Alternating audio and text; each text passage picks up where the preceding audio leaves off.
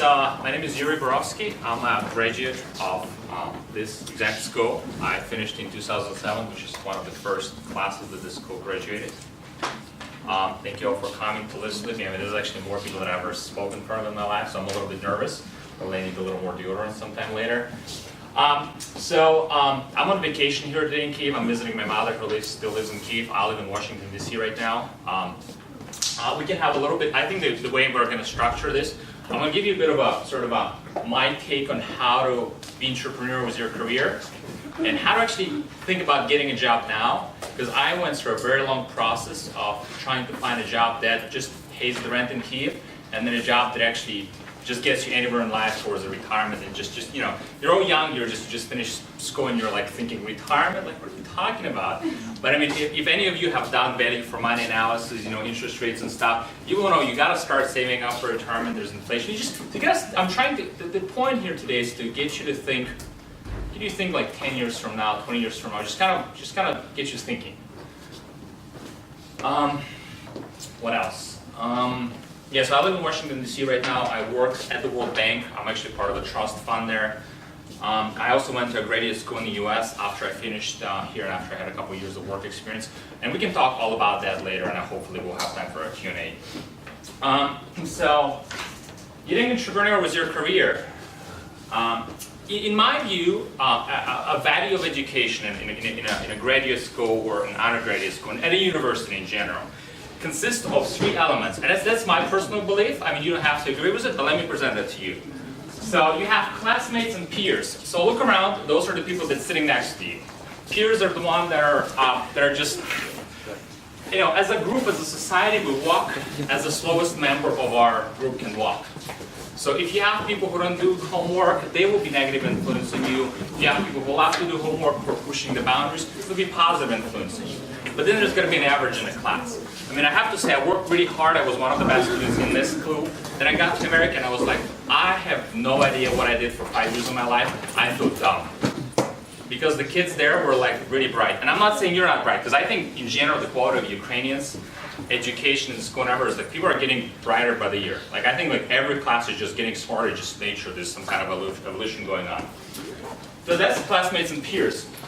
Then you have the academic program. That's your professors, that's your teachers, that's your textbooks, your handouts, your curriculum.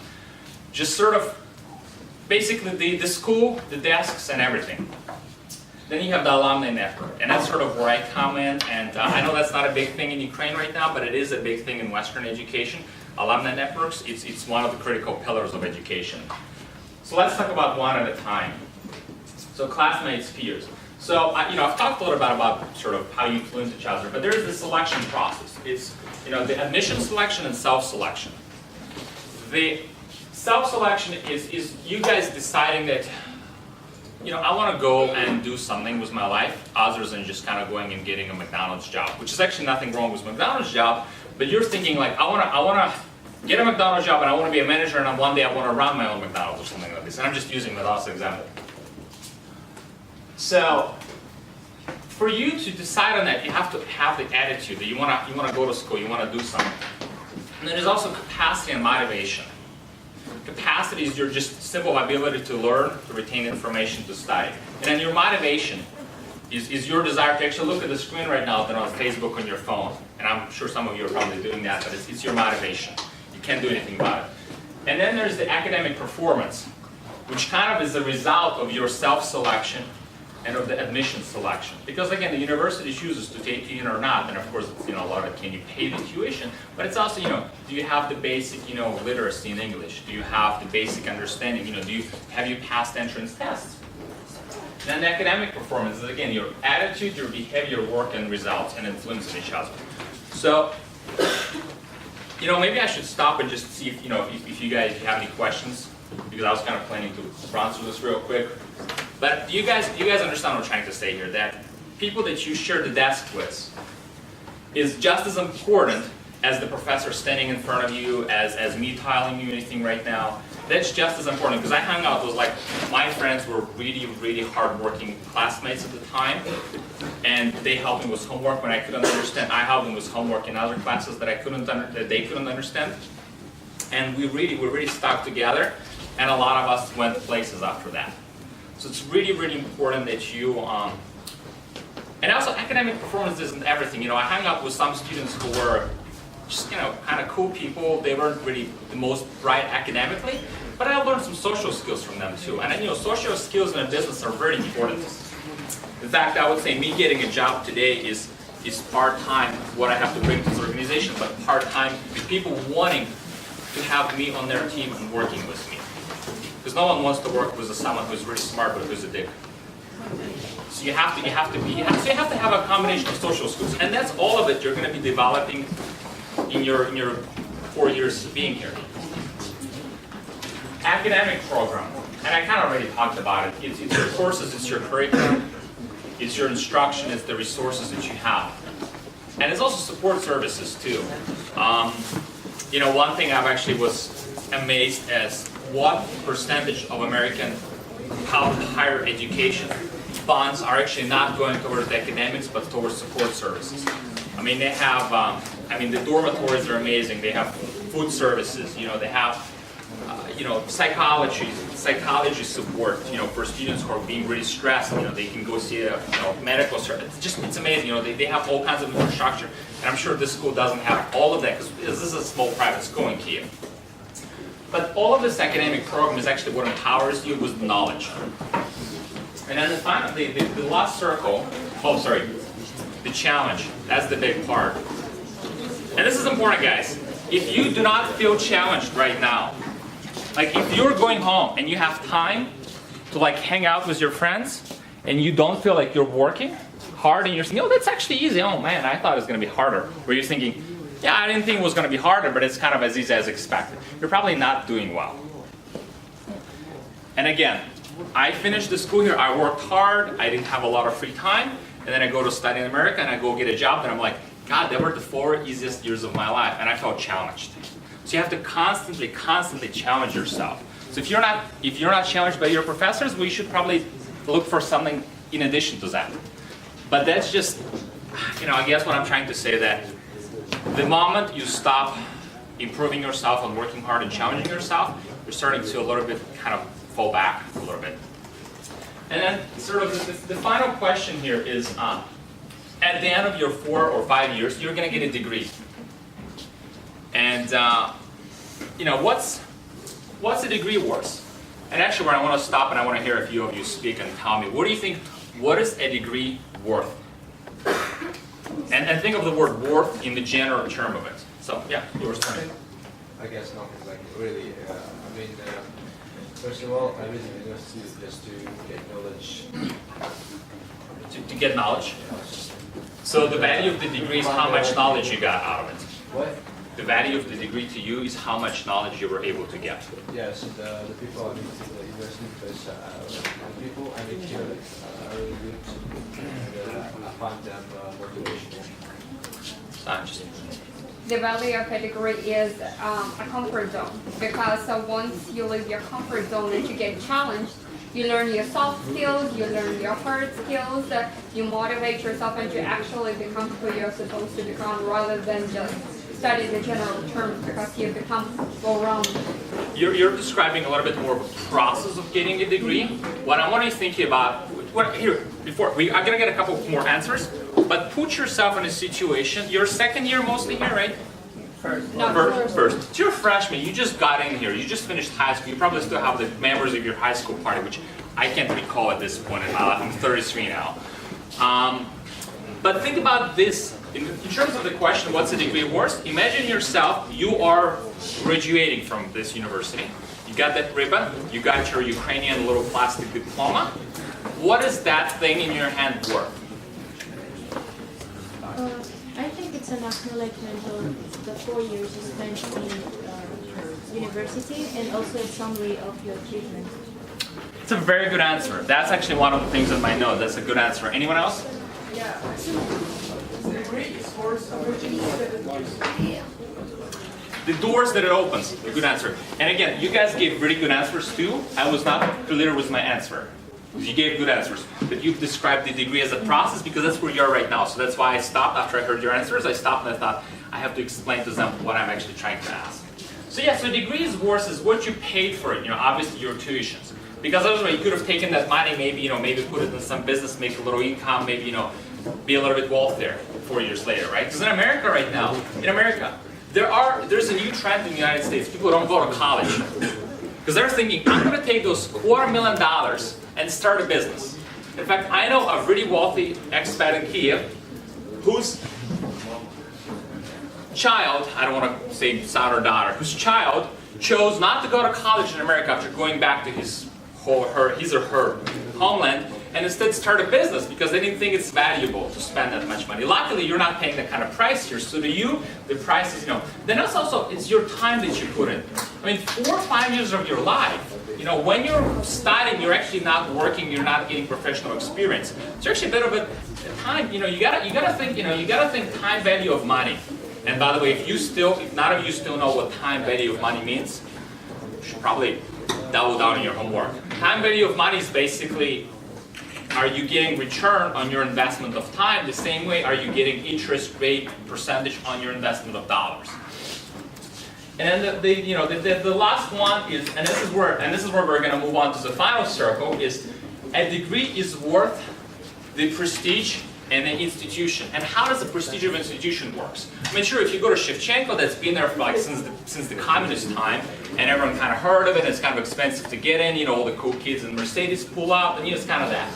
But also a degree is worth as what the employer will recognize the value of it is. And how does the employer recognize the value of it? I work at the World Bank. We have 20,000 people globally working in the World Bank. I don't know if there are any other, at the time we were called Wisconsin, now you guys are called Concordia. I don't know if there is, out of the 20,000, anyone else with my diploma there. Now, I do know we have a couple hundred people from Syracuse University, which is my graduate school. And again, I mean, there's Syracuse, there's Princeton, Harvard, there's the London School of Economics, there's the Sorbonne in France. I mean, there's all these schools all over. Hiring managers sitting at the World Bank, they're not going to know what the degree was. But if they have heard someone doing well, someone being a good employee, the Maxwell School at Syracuse University is well known. So someone heard of someone being, Maxwell alum doing a good job, and they're like, oh, that's a good school, they're smart people, it's considered this Maxwell alum. But mostly people don't know about school. So the point is that it is actually my responsibility to do well in life with my diploma, so that when you guys are going looking for jobs, your diploma is getting more recognized. And that moves us towards the final circle is the Alumni Network. And that's the one that I know is not kind of big in Ukraine right now. And who are alumni? I mean, I know some of you probably know, but some of you are like reaching out for a dictionary. Let me look up that word, I haven't heard it. Alumni are people who went ahead of you, sat at these exact desks, invested their time and money, and got the same degree. And I kind of already talked about it. And where are they now? Well, I don't know. I actually came here last week to ask your staff here, and I said, have you guys seen anyone from my 2007, 2008 graduation year? And they're like, no, we're just putting together a database, but we actually haven't seen anyone in a while. And I'm like, okay, here's my business card. If you guys need anything, reach out to me. They're mostly not in this room. I'm the only one here in this room right now. What does they do? Well, they're doing cool stuff. But really, mostly they're concerned with paying the bills, paying mortgage, making money, raising families, really, because that's my priority right now. People ask me, like, how's your job? I'm like, I love my job, but it pays the bills, pays the mortgage. That's really. At the end of the day, once you become an adult, you're like, you want to do cool stuff, and it's very important, but you don't have to be realistic about getting a job that sort of puts the food on the table. I remember when I finished my American education, I worked in the US for a year and a half. My work visa was running out. I came back to Kiev. My American degree was not very valuable here because no one heard of Syracuse University. You're like, yeah, you studied in America, okay, cool, what's next? I literally could not find a job to rent an apartment in Kiev, and I was born in Kiev. So I'm just kind of trying to make you think realistically about sort of the fact that alumni are concerned with just putting food on the table very often. And then why should you care? And that, again, I talked about it already a little bit, I jumped ahead. Because alumni can help. In a way, we're on the same boat. My responsibility to make sure the degree is recognized, and then when you're being hired, people care to hire you. And your responsibility is to make sure you don't drag down that image, that you do well, because if you start not doing so well, then my degree is kind of less valuable. Do you see how we're in the same boat in this? It's kind of, think about it, it's kind of interesting, It's like, I'm done, I paid my money, I mean, I finished over 10 years ago. And somehow your class today, I want to spend my vacation, I'm here on vacation. Like, I want to spend my vacation 2 hours of my time and then a couple hours preparing for this to talk to you because I want you all to be successful. Because when you guys get successful, the school gets bigger, the school gets more known. Syracuse University didn't start with, I mean, I don't know what they have, 40, 50,000 students right now. They didn't start with 50,000 students. They started in mid-1800s, and I hope the recording is now on, but like, I can't remember what started. I mean, they started with like a group of like 20, 40 guys, just like in this backwoods New York, like that used to be the frontier of America's West, like by the Great Lakes and stuff. And that school slowly grew because every single graduating class was doing better than the class before it. And how does that happen? Because alumni go ahead and trailblaze, and the people who follow behind are improving, improving, and improving. And that's why it's important. But also alumni can help. And I don't know if it's a big thing here in Ukraine right now. Actually, I think it was big because several of my classmates got jobs at the big four auditing firms, the PwC, KPMG, and stuff. And I think they got their internships and eventually jobs through actually knowing an alumni and getting a recommendation to apply for this. And you gotta know people. I meet regularly at work at the World Bank. I meet probably at least a couple times a month with someone who is still a Syracuse student who is interested about the World Bank. How do I get a job? They want to talk to me. And I'm not going to get them a job. You can't get a job. I mean, unless you're some, manager or anything like that. I mean, you really can't get another person a job. What you can give them, and it's perfectly legal and honest and transparent, you can give them advice. And that's what I tell people, look for jobs here, look for this kind of jobs, try to focus on this kind of skills. And that's what the value of alumni to you is. So I encourage you guys to find alumni who are still in Kyiv and reach out to them. And again, I don't know Ukrainian culture today. I haven't lived in Kyiv for now 7 years. But I believe human nature is kind of everywhere the same. People love talking about themselves and they love talking about their jobs and sort of telling you what they've done well, what hasn't really worked out well, and give you advice. I mean, the older you get, the more you're happy to tell people your life story. And you can benefit from life story because now you don't have to make the same mistakes. Because the purpose of wisdom, what is the definition of wisdom? Wisdom is not making the mistake someone else already made before you because they told you about it. So that's sort of your career, the centerpiece of those three circles. And again, that's my personal, that's something I've sort of started thinking about it. Now, you're thinking right now, so what's your point? This is entrepreneurship, how are we going to get an entrepreneur about your career? And I don't remember where I studied here so many years ago, but I quickly looked up on Wikipedia and I remembered that entrepreneurship consists of 3 steps. Designing. So let's talk about designing. It's sort of thinking about your next steps. And about 20 minutes ago, I told you guys, I want you to think about where you want to be 10 years from now, where you want to be 20 years from now. And the things that it's going to be impossible to predict. If anyone told me when I was sitting at this desk, I'm going to be working at the World Bank and living in America and having a big house, I'd punch him in the nose because I would be so offensive. Because I grew up in a poor Kyiv family. My mother was born in Kyiv, I was born in Kyiv. But like as a kid, we couldn't put food on the table here in Kyiv. Like I didn't have any connections here. I didn't have any connection in the West. Like I've never met my father. They divorced when I was a baby. So like my mother's my only family here in Kyiv right now. That's why I come so rare. It's cheaper for me to fly one person to Washington for her to have a good time in America than for me to come here to visit her. Because I have no family here. But at the same time, I was still thinking where I want to be ultimately.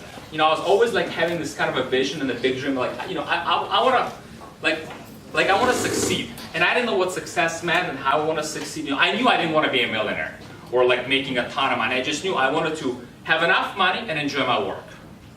And sort of that was kind of my vision. So those are like the next steps that I was designing by going to the school. Because I was really good at computers, so I thought maybe I should go to KPI and just get some kind of software degree. And maybe I should have, now that I'm seeing how many $1 million the Snapchat sold for. I mean, that was like $1 billion Ukrainian acquisitions. Gosh, someone is a billionaire in Kyiv. But I thought, maybe I go to this American Ukrainian university. My English was very good already. Maybe that will kind of lead me somewhere. So I was kind of trying to think and design my life that way. Preparation. So how do you prepare? You try to, and I actually have a good notes here. Let me look at those notes.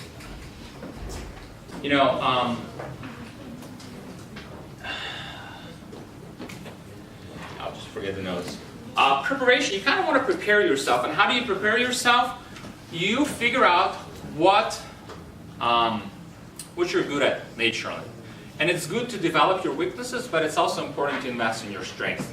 And the way I prepared myself when I was designing my career is I figured out that I was really good at accounting. And it's like, accounting? Like, seriously?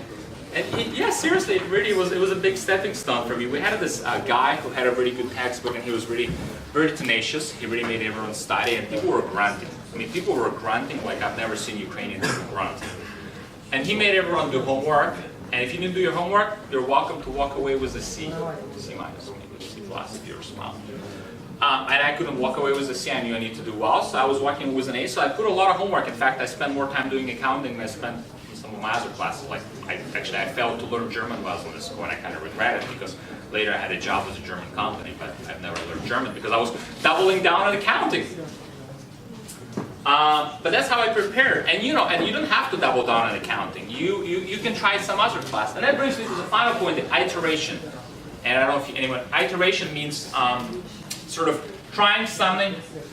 If it fails, try it again, do something different. If it fails, try again, do something different. Basically, kind of like don't give up, but like in one word. And so you're thinking right now, what courses should I focus on? Just pick your favorite subject, pick the subject where you have a strong professor, and just do well in it. And if it doesn't work out, well, screw that, give up on that, kind of marginalize that class, get your, B in it or C or whatever you want to get, and focus on some other class that you're strong at. Because ultimately you want to build on your strength. And I ended up building on my accounting strength for 3 years, accounting 1, accounting 2, financial accounting. And by the time I finished this school, I had a job offer for a US company in Germany. But the Germany didn't work out. They sent me to Serbia, which was actually a pretty amazing time in my life.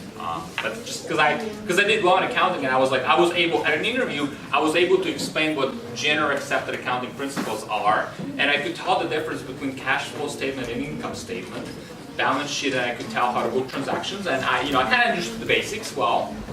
My job ended up being just signing like 500 sheets of paper and like booking invoices and just booking SAP transactions, which I've done for a while. And actually that later helped me to get a job at the World Bank in a way, that background. So it's kind of, you never know. But that iteration, trying something, I tried German, really liked it, didn't really do well. Tried accounting, really did well when that moved on. Launching your career, that's the next step. You got a diploma, great, now you're thinking, what do I do next? Well, it's too late. If you got your diploma and you're just launching your career, you're too late. You are so late. Because half of the kids that were actually wanting to get anywhere in life, they were doing internships. You know why I went for fifth year here as a master's? Because I was too late. I didn't have professional experience. So I signed up for 1 more year at this school for 5th year for the master's, which is at the time it was called complete higher education in Ukraine. I'm glad I did. It wasn't all that much money or time, and it actually gave me one of my 3 masters I hold right now. But then I realized I need to launch my career, so I started looking for internships. Again, networking with alumni, networking with people I know, and got an offer for an internship at the Winter Group, the Porsche department. We were doing marketing for that, for Porsche brand in Kyiv. It was a very good experience, really amazing. Actually, Winter Group, I cannot recommend enough. Winter Imports Ukraine, Winter Group. They're like the incubator of professionals in Ukraine. People go there, get really amazing experience, and they stick around and race through the ranks, or they move up and they get amazing job offers afterwards. So if you can get a job at the Winter Group, highly recommend. Explore. How do you explore? You talk to people, or look on the internet, but you better talk to people. So how do you talk to people? Again, reach out to alumni, reach out to professionals. Iterate again, try meeting with this person. It didn't work out, don't get discouraged, meet with someone else. Didn't work out, meet with someone else. Didn't work out, meet with someone else. You gotta iterate. And then final is be nice. And you'd be surprised, actually it was hard for me to be nice. Why? Because I'm Ukrainian. We're not nice by definition. We're not born to be nice. Yeah, sure, I learned how to smile, but there's a lot of these little things like today, I get up. Sorry, this girl on the phone is really bothering me. Could you you do me a favor? Do me a favor, just stop being on your phone.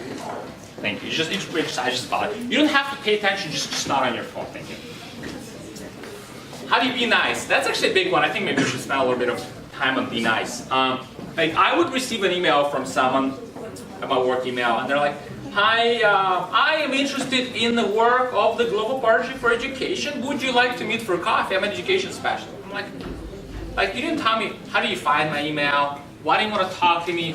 Why do you think I'm the best contact? Just you have to be nice. You have to be thoughtful. You guys say basically, how to be nice 101. Put yourself in others' position, and if you have sound judgment, and again, sound judgment is part of the culture. I did not have sound judgment. I knew to put myself in another person's shoes. I did not have a sound judgment because my sound judgment was Ukrainian sound judgment. Not American, not Western, not European. Ukrainian sound judgment. But once I developed an American judgment by watching and observing other people's interactions, then I could put myself in someone else's shoes and think, how would I like to receive that email? Would I like to receive a thank you note afterwards? If someone spent 5 minutes or 50 minutes talking to you, and you don't have to do this with me because this is a class, but like if you did one-on-one coffee with someone, be sure to send them a thank you email the next day and tell them, thank you for your time, because time is really valuable. It's as valuable as money. If someone bought you a coffee, you would say thank you. But if someone gave you 5 minutes of your time, why wouldn't you say thank you? Because maybe they can make as much money in 5 minutes as buying a cup of coffee. So, thank them for the time.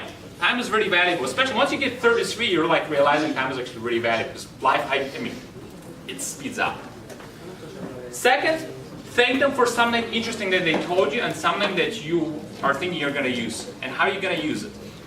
So be like, thank you for meeting with me. I really liked to learn how winter import groups, brings in the cars in Ukraine and all the systems they have in place for doing the custom duties and things like this. I'm really interested in importation of cars to Ukraine, and I really learned a lot from you today. That's it. Before you know, they might get back to you and be like, hey, we just lost one of our staff members. We need someone who has passion for importing cars. Be like, great, I'll take that internship. So be nice. Being nice is really important, and you have to develop a sound judgment, and it's not going to come easy. So be careful, learn from your mistakes, but also be tenacious. Don't think like if someone doesn't write back to you, don't send them 5 emails. Be nice. Send them 1 email. They haven't gotten back to you. Send them 1 more email next week. If they haven't gotten back to you, send them 1 more email about 2 to 3 weeks later. If they haven't gotten to you, probably give up. But be nice, and also be tenacious.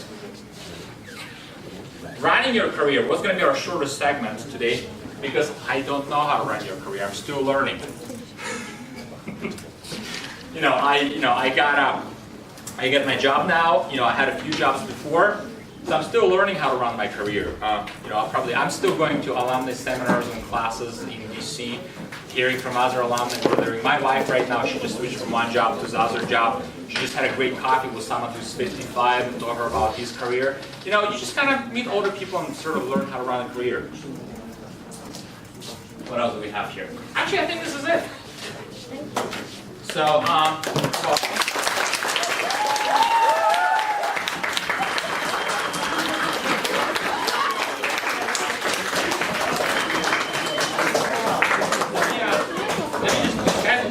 guys, take this moment to think of a few questions, to think of some good questions, short questions. One thing that I've wished I've done, but also I'm glad I have done, kind of to your question is, I think between 2nd and 3rd year of studying here, I went to this work and travel program in the US and was a summer camp counselor in Arizona. And it was not very profitable. I think I kind of broke even on that or even lost money because of the cost of ticket and all that stuff. But it's a pretty good experience because about 4 weeks into this summer camp counselor, I was literally just in tears at night, like, why have I done this? Why did I come to America? Why am I doing the summer camp jobs? Because I couldn't shower when I wanted, I couldn't go to the bathroom when I wanted. I had 15 rowdy American kids.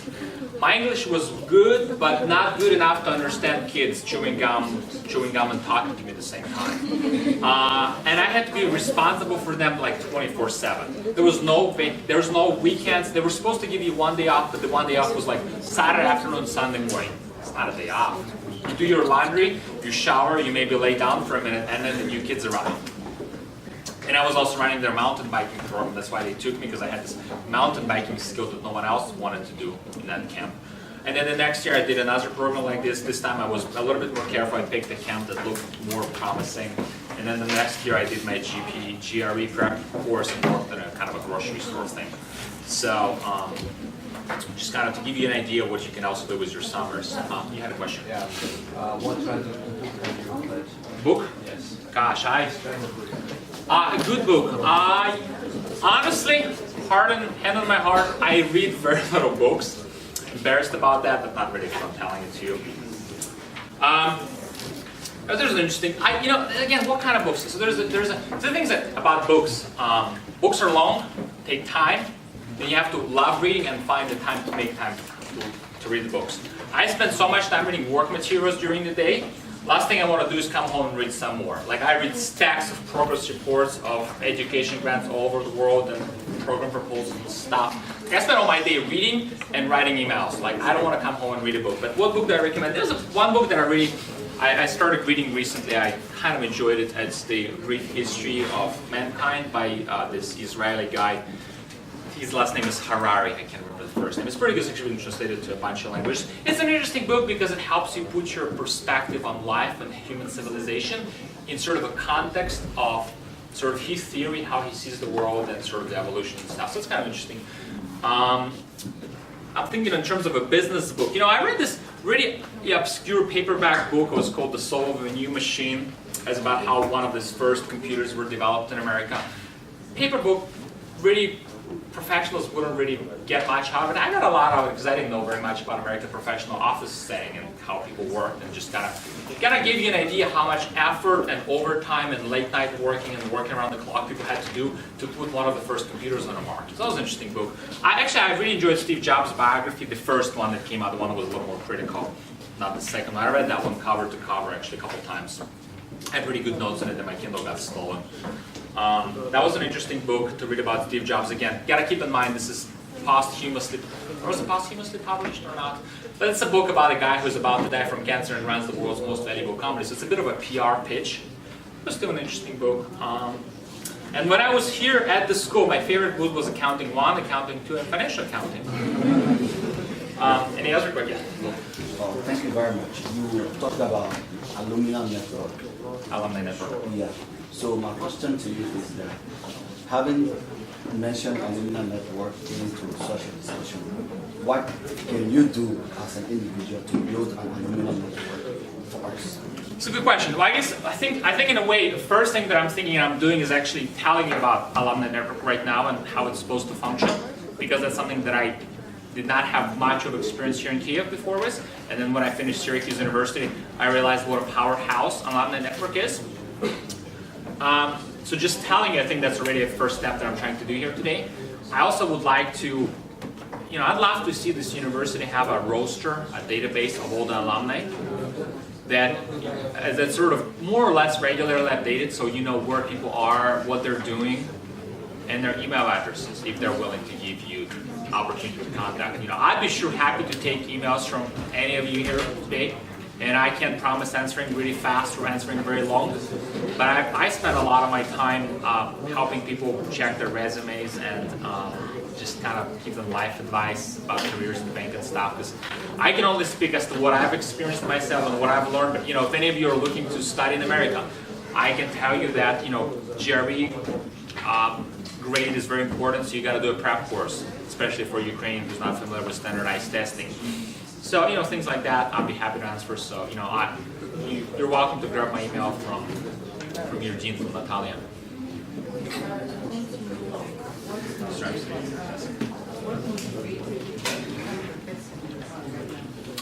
Gosh, what motivated me to become a life? Life motivated me. Life motivated me to become the person I am. When you're going to a small, public school here in Kiev, and a lot of your classmates are drinking and having a good time, and you're looking at and like, do I want to do that with my life, or do I want to do something different? So, what motivates me? That's a really good question. Such a deep philosophical question. I think what motivated me to become the person I am today is seeing the person that I don't want to be. Is thinking what I don't want to do. Because really decisions is really not what you want to do, it's what you don't want to do So because the decision is this. So it's like, you know, like I want to do this. I'm here, and I don't want to do this. So which direction I'm moving? I'm going to do towards what I don't want to do or, you know, do. But in reality, you're never going to get here right away. Maybe you'll get eventually. If you're really lucky and really successful, you're going to get to where you want to be. But most likely, you're going to fall somewhere on this continuum. But it's still better to fall in this direction than where you don't want to be. So that's what motivated me to become the person I am today, is by kind of thinking, okay, you know, I don't want to drink Avalon beer, you know, at 33 on a stadium, high school stadium here. I don't know if it's still legal. When I was in here, it was public legally to drink alcohol in public, and I knew I didn't want to do that. You know, then what I knew is I didn't want to do is I didn't want to work as an accountant for an American company with a great salary. I did not want to do that. And as crazy as it sounds, I realized I make a terrible accountant. You know when I realized that? When one day I had so many declarations, because we were, the company was an aluminum factory, aluminum can maker, the aluminum cans. We were exporting cans that were based in Belgrade, very good strategic geographic hub, and they were sending cans. So every day I would personally print and sign a full ream of paper, 500 pages. Like my signature degraded into some kind of a weird mark. And I was so busy one day, I couldn't go to the bathroom for a while, and these trucks, they kept coming. Well, I had 16 trucks in a day. And I accidentally typed 2 digits in reverse in a spreadsheet for the declaration number. I was like, think of it like a bunch of numbers and 8-5, and I typed in 5-8 because your fingers were just closer that way. I didn't notice that. I printed, signed, and sent it. A couple hours later, we had a phone call. One of our trucks is stuck at the customs. They can't exit because the declaration doesn't match the bill. Different numbers. Can't send the truck out. So the company had to pay the driver a hotel stay overnight. I had to redo the customs invoice. The last night truck of the day kind of got there, get them over. They got out. They got the cans delivered. I'm realizing, like, tiny little mistake. My company got fined money. Like, I have this now black mark on my reputation. And reputation is everything in the West. Not so much in Ukraine, because you can kind of dodge, and reputation is not very valuable if people don't know who you are. But if people can't find out who you are, which is increasingly the case in Ukraine, reputation becomes more valuable. And that's when I realized, like, I probably don't want to be an accountant. So I started thinking, okay, I want to go back to studying. I want to go to grad school. I want to do something else. I want to try. I want to iterate. So you were talking a lot about running your career, and by the way, you had a very intriguing and interesting presentation, so I would thank you very much for that. Thank you. But in terms of That's being nice. Well, in terms of running your career, you said that you don't know much about it, but what's the biggest challenge so far that you have faced when running your career? So the question is, what's the biggest challenge of running my career? Absolutely correct, sir. I think the biggest challenge is trying to think what's next in your career, because you have to keep moving. Yeah. I think that's the biggest challenge, is trying to prepare the next step as a stepping stone. Trying to decide how long you want to be in your current role. I've had my current job and my current role for about 2 years. I'm starting to think, okay, is the office growing? Is there going to be opportunities for me to move up in my career? Do I want to leave this cozy job, go somewhere else? So the big step about the big challenge of running your career is not stay and sit and do nothing in your job. That's the big thing about running your career. Because you're going to stay in your job, you're going to be comfortable, you're going to know in and out like no one else does. So you're not going to have a lot of competition. Your salary is enough. The point is this. The biggest challenge of running your career is making a conscious decision about what you want to do next. Stay in this job or try some other job. Thank you. How are we doing in time? 5 minutes? Okay, well, maybe 2 more questions? What is like the most useful skill you gained at the university? At this school, the most useful skill is frankly getting better with my English. Sounds trivial, was very useful. By the time I was looking to study in the US, my TOEFL was like 116 out of 120, and that was not my stress point. My stress point was the jury. But the most useful skill was, at this university, was English. The most useful skill that I learned in America is actually independent research. The key word here is independent research. That's not when you download someone else's Kusavaya, but it's actually when you write your own, and that was hard work. And I wrote a lot of original material here. I wrote a lot of original material. There's Gabriel Laka, who's here around here. He could attest to the quality of my work here.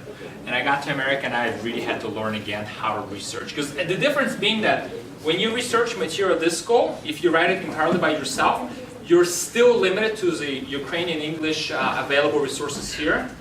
When you study in the US, you have this databases, and I hope I hope you guys can figure out a way to access those databases, the LexisNexis and stuff. They're expensive as hell. Yeah, they're really, really expensive, but if you can access them, that's really takes you to a new skill level. I think I see a hand. Yeah. Could you please clarify what is the greatest difference between university, studying in university in America and in Ukraine? The price. The price. If you don't take into consideration price, sounds If similar. you don't take consideration price, well, that's the second question, but let me try that one. I think the biggest difference between studying here and studying there, I think the challenge.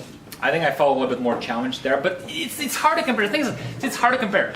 I went to undergraduate here and a graduate there. So it's a very different level of performance that you're expected. Now, my wife studied in undergrad in America, and when I tell her some of the stories from being here and there, it sounds actually, I think there's less difference between undergraduate there and an undergraduate here. I'm trying to think of something more concrete, big difference. I don't know, the cost keeps coming up as the big difference. Maybe tolerance for cheating is a bigger factor too. There's pretty much a zero tolerance for cheating. They have software that analyzes your paper and will automatically flag passages. If you haven't cited it, that will be flagged. I think the tolerance for cheating is probably a big thing. But the good news, here's the good news for you. You can have your own tolerance for cheating. And now you're getting an American education for a lot less. That's a big difference in tolerance. I think we had, again, a graduate program. We had world-class professors in a graduate program. Undergraduate is slightly different. In fact, in America, often for undergrad, you get a teaching assistant who is basically a graduate student teaching the class. Especially if you go to the more expensive private Ivy League schools. It's kind of amazing how you're paying this big buck and some graduate, 24-year-old is teaching you a subject that they just recently learned 5 years ago, and the professor is just there like once in a while to just kind of give you a spiel. But yeah, cheating I think is the big thing, and I had a very high tolerance for my own cheating here because my challenge. I decided to challenge myself and just do my work. So, all right, I think that'll be it. Yeah, that's all. All right, well, thank you guys.